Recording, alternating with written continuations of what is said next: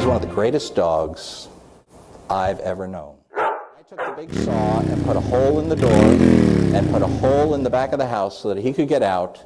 Spent a lot of time trying to make it really nice, and he wasn't really interested in it. He was afraid of it. And so what I did was I got down on my knees in the garage. I put my head through the doggy door, put some food in my hand. My wife brought Max into the hall, and I gave him just a little piece of food. And then he liked it. Then he came, and I started to back away, and a little more, and a little more, and a little more. And after time, he was jumping through that door just like it was no tomorrow. He loved it. He made it a game, and it was fun. Trust is the first and most important magical ingredient, and it's an art form. That's Pablo Rivera.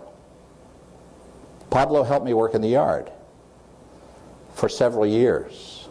When we were done working in the yard, we'd sit on the porch. I would go get cerveza, and on occasion a cigar. And he would talk, and I would talk. He didn't speak English, I didn't speak Spanish, but we could, with a beer and a cigar, talk for an hour. When he got ready to leave and go back to Mexico, he came up to me. He was about this high. He always had that cowboy hat on. In any event, he comes up to me about this high, and he says, "Patron." And I knew something was going on. And any of you that know Hispanics very well, you know how proud they are. He put his arms around me, and he started whimpering, and he said, "Adios, adios." Pablo and I respected each other, not because I was Patron and he was the gardener. The next element is understanding. This was painted by my son about 10 years ago. Understanding is a very, very funny thing. Please realize that my son probably knows me better than any human being on earth.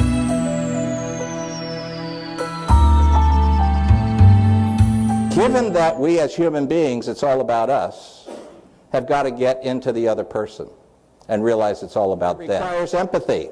This is John. John lives in downtown Los Angeles, about a block away from where my son lives in an artist colony.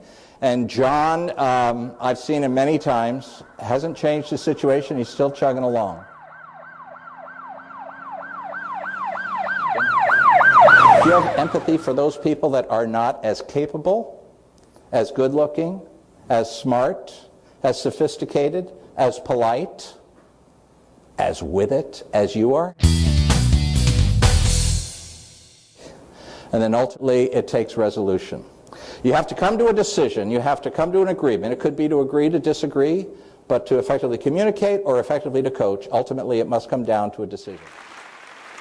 Call today and let's together figure out how to make your next meeting an absolutely great event.